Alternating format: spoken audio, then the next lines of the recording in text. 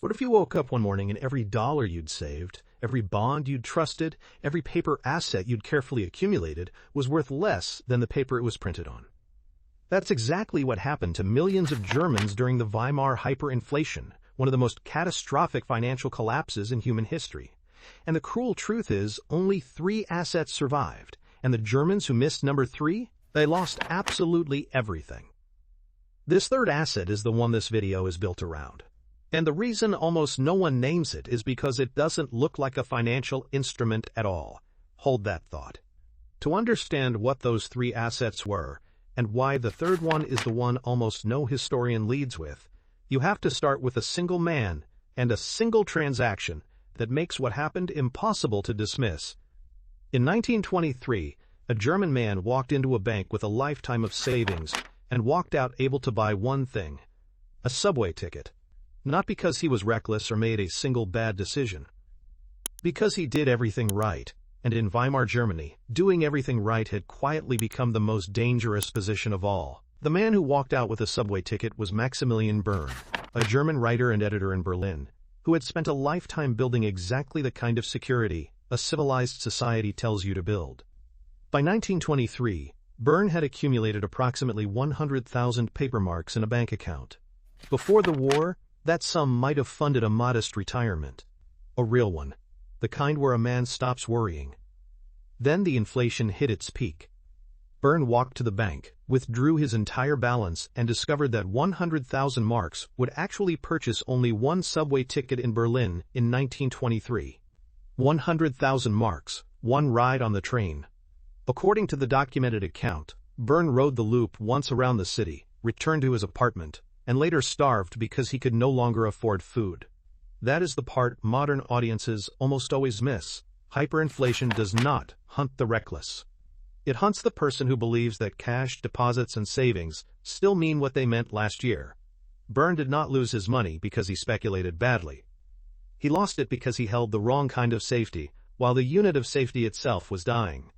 By late 1923, a single egg in Berlin cost millions of marks.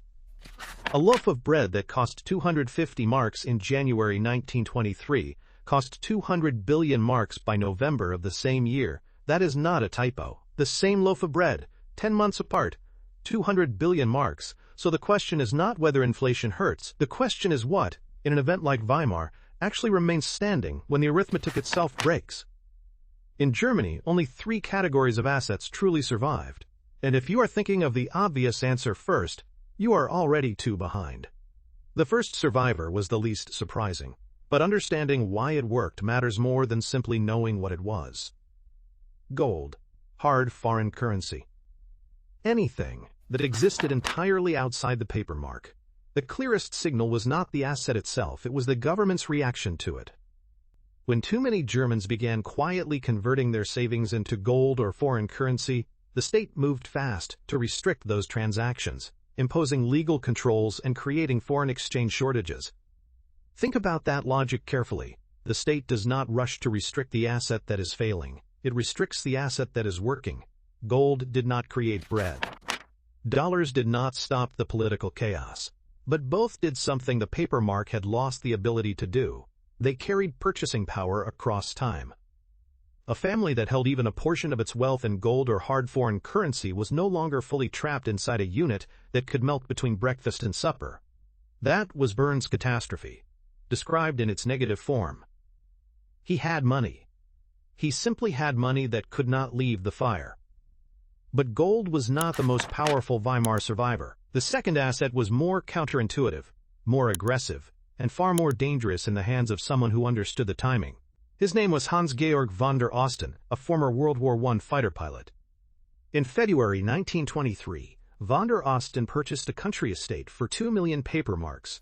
That sounds like an enormous sum until you understand what Germany's courts were doing with debt at that moment. For years, the legal system had maintained what scholars called the nominalist doctrine. A mark is a mark, meaning that debts written in paper marks could be legally discharged at face value, regardless of how completely that face value had collapsed. A borrower holding land and a mortgage was not carrying a stable liability, he was carrying ice in a furnace.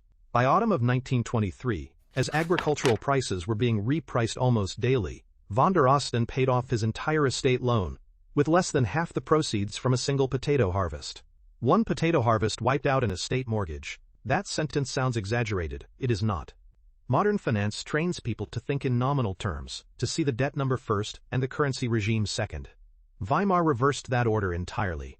If the liability stayed fixed in collapsing paper while the underlying asset revalued with reality, the debt was not a chain. It was a fuse burning backward toward zero. Von der Osten did not stop there.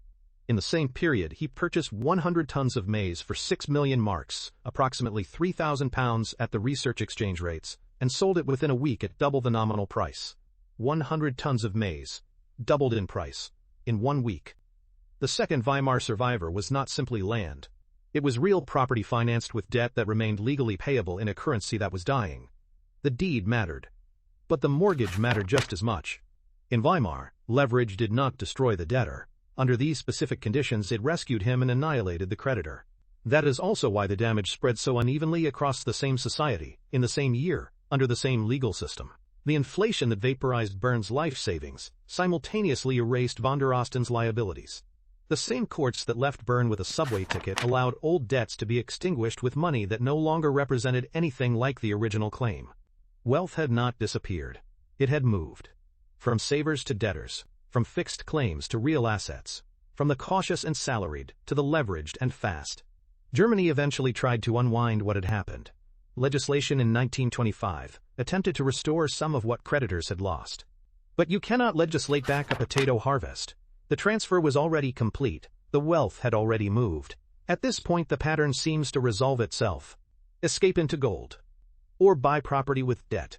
So the third survivor should be another financial instrument, another way of anchoring yourself to something harder than paper. But it was not. The third survivor was productive capacity, direct control over something people needed immediately and would still need tomorrow morning, especially food. This is where the title's promise turns, and it is the asset that separates inconvenience from ruin. By the final stages of the inflation, the market had simplified itself down to one brutal question. Do you have something people need right now? Not a claim on something. Not a number on a statement. The thing itself. Potatoes. Grain. Coal. Firewood. The man who arrived at the market with a sack of grain did not need to calculate the day's exchange rate. He simply traded. The man who arrived with a bank balance had nothing to trade at all. Reality had stopped accepting paper as a form of participation. Gold preserved purchasing power. Leveraged real estate destroyed debt. But productive capacity preserved life itself. Miss the first two, and a family became poorer. Miss the third, and a family could become helpless. Von der Osten's story does not actually end with the estate deed. The decisive detail is the potato harvest. The land saved him because it could do something. It could produce food for a starving market at the exact moment food had become the only reliable store of value. Bern's catastrophe was not simply that he lacked a hedge. He lacked access to production. At the moment production had become the only language the crisis respected. There is a reason that distinction gets lost in modern retellings of Weimar. We focus on the wheelbarrow photographs, the absurd zeros on the banknotes, the theater of collapse. What those images hide is the quiet structural logic underneath that in the same city, on the same day, two men could face the same inflation and arrive at completely opposite outcomes, not because one was smarter, but because one held something the currency could not touch. The middle class of Weimar Germany had done everything a civilized society instructs decent people to do. They saved in banks. They trusted contracts. They held bonds, and pension claims and insurance policies, and the quiet belief that a number written on paper still meant what it had meant the year before.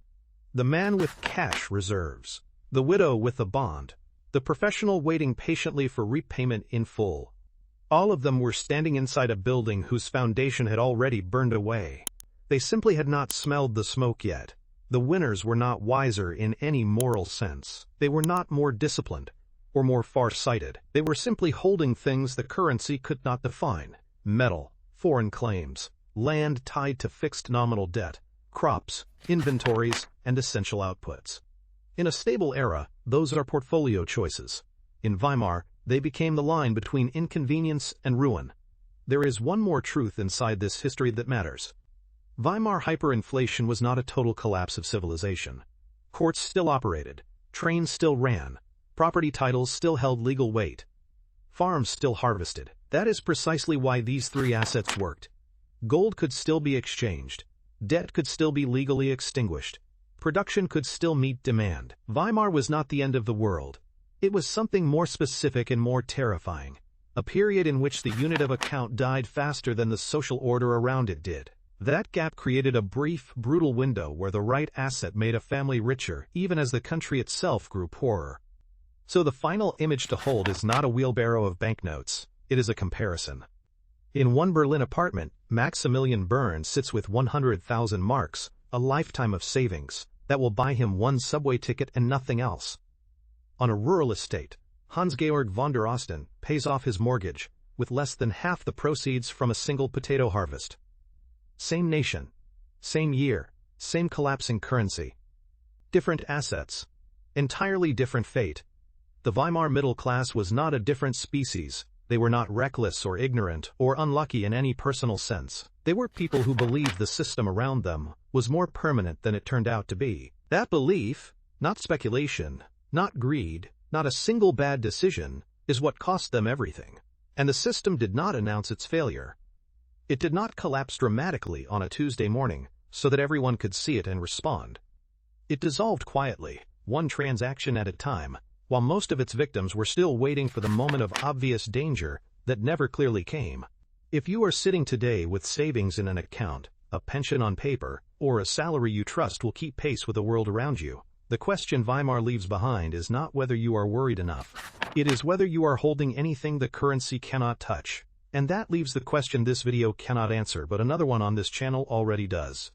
If gold, debt, fixed property, and productive capacity were the three Weimar survivors, was that because they are permanent refuges from any monetary crisis?